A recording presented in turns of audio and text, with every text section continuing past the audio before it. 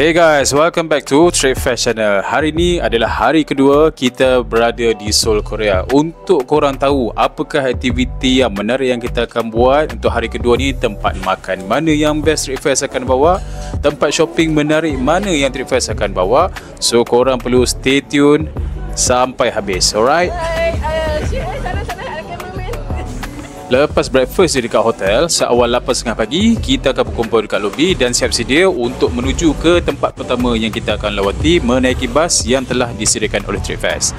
Bas pun kita akan reach on time supaya kita tak terlambat untuk pergi setiap tempat yang dah diplan dalam itinerary Trade Fest.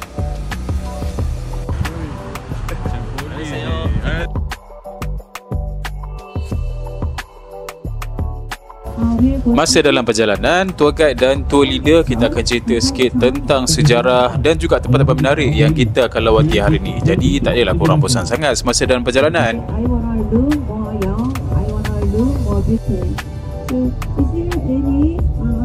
Tiga-tiga ni, rupa jancang tu negara-negara dia kita sangat berani bila lupa lah. Saya selalu dekat alamat Tempat pertama yang Trade Fest bawa hari ni adalah Cosmetic Outlet. Tapi Cosmetic Outlet ni aku tak dibenarkan rekod di dalam, jadi korang boleh tengok sikit je lah kat dalam video ni. Tapi basically tempat ni adalah memperkenalkan tentang produk-produk kosmetik premium yang ada dekat Korea. Nak tahu lebih lanjut, korang kena datang dengan Trade Fest sendiri, barulah korang boleh shopping dan kita akan bawa pergi tempat-tempat menarik macam ni.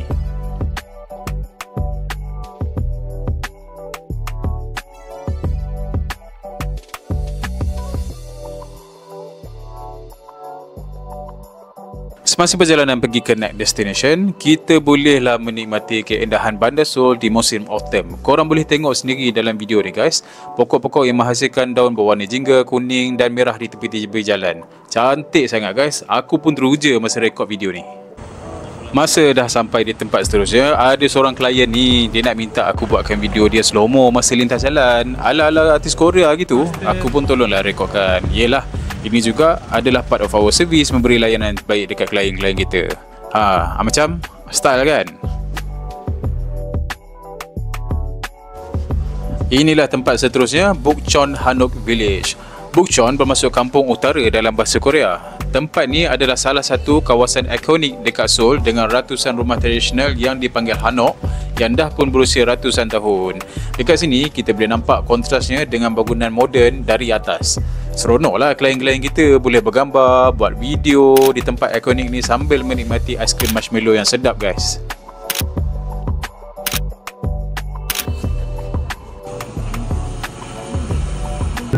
Settle pergi tempat menarik tadi, semua pun dah lapar dan tak sabar untuk makan tengah hari. Apa lagi, kita geraklah pergi ke restoran halal namanya Kampungku yang terletak berdekatan saja dengan Bandar Seoul. Bab makan, korang tak perlu risaulah kalau pergi dengan Trade Fest ni. Kita akan make sure makanan Korea yang sedap-sedap untuk korang semua dan paling penting, restoran yang halal. Korang tengok sendirilah, semua klien-klien kita happy je sebab dapat makan sedap-sedap dekat restoran ni.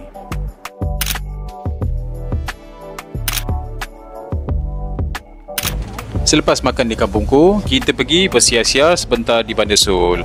Bolehlah klien-klien kita bergambar dan buat video untuk kenangan semasa mereka berada di Bandar Seoul. Lepas tu, kita akan menaiki bas mula untuk pergi ke tempat yang paling dinanti-nantikan. Tapi sebelum tu, kita singgah dulu di Hanbok Shop berdekatan untuk mengenakan pakaian tradisional Korea, which is namanya Hanbok.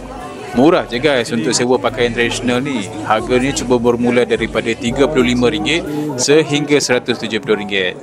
Depends pada design dan juga aksesoris yang kita nak. Tapi jangan risau guys, pergi berjalan dengan Trade Fest ni, kita tak wajibkan semua orang kena pakai.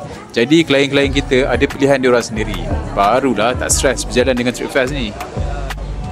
Semua klien-klien kita dah excited dan happy sangat sebab ni adalah first time experience diorang mengenakan hanbok.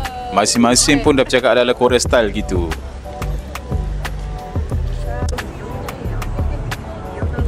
Lepas tu kita akan berjalan lebih kurang dalam 5 minit untuk menuju ke Gyeongbok Palace.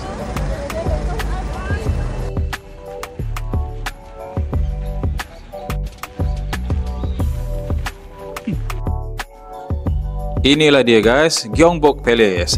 Gyeongbokgung atau lebih dikenali dengan Gyeongbok bermaksud Istana Kebahagiaan yang Terbakti.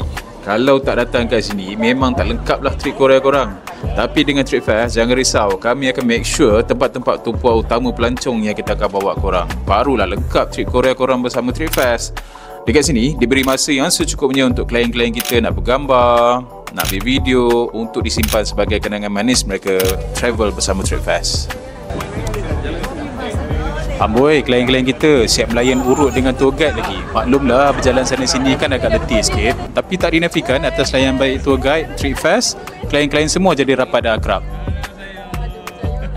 Dah pernah berjalan, perut pun dah lapar, apa lagi? Jom, destinasi seterusnya kita akan bawa klien-klien kita pergi makan malam. So jadi perjalanan mengambil masa sekitar 20 minit saja dari Gyeongbok Palace untuk sampai ke restoran. Guys, siap nyanyikan lagu Korea-Korea yang famous lagi bagi menghiburkan klien-klien kita semua.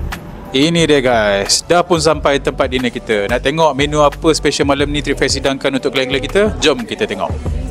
Korang boleh tengok sendiri menu Trip Fest hidangkan untuk semua klien-klien kita. Kalau pergi ke Korea, kenalah makan makanan Korea kan, betul tak? Lagi-lagi seafood sotong gergasi macam dalam video yang korang tengok ni. Aku tengok aja pun dah terliur guys. Kalau dapat makan, lagilah best. Tapi masakan Korea ni dia tak pedas sangat. Jadi semua peringkat umur boleh makan. Semua yang pergi trip dengan Trip Fest ni happy je. Dapat makan best-best, dapat jalan tempat best-best, dapat pergi shopping dan sebagainya. Okay lah guys, lepas makan ni kita nak pulang ke hotel. Maka berakhirlah hari kedua di Korea. Jangan lupa subscribe dan share dekat kawan-kawan korang mana yang plan nak pergi ke Korea nanti. Komen nak juga untuk tengok hari ketiga bersama Trip Fest di Korea, okay? Trip Fest, mana-mana trip pun best.